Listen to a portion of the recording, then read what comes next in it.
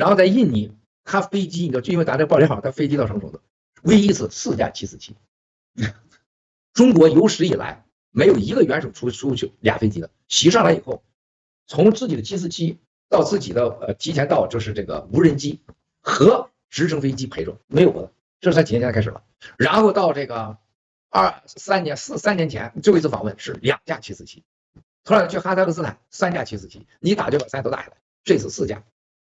就4架民航的747国航，你看着叉来了，你打把4个打下来，整个是560个人的他的整个的出访团，300多个人全是安保照顾他的，200多个人是他的生活呀，外交官员就是500多个人，啊，所有在印尼现场的国家元首看完以后说，洗骨子里边就相信你这个世界谁拿我也没招，而且你就知道我已经是 king 了。